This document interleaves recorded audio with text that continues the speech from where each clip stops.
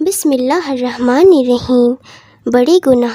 Number 1، اللہ تعالیٰ نے انسان کو 2 باطنی قوتوں کا مجموعہ بنایا گیا ہے، ایک عقل اور دوسری شہوت۔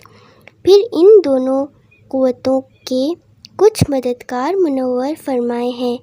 پہلی قوت عقل کے مددگار حضرت انبیاء اکرام، فرشتے اور نیک لوگ ہیں، اور دوسری قوت شہوت کے مددگار شیاطین، نفس اور برے لوگ ہیں۔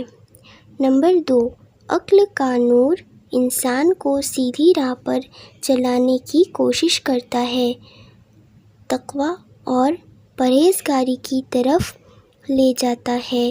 اس کو اللہ تعالیٰ کی اطاعت اور فرمانبرداری سے تعبیر کیا جاتا ہے۔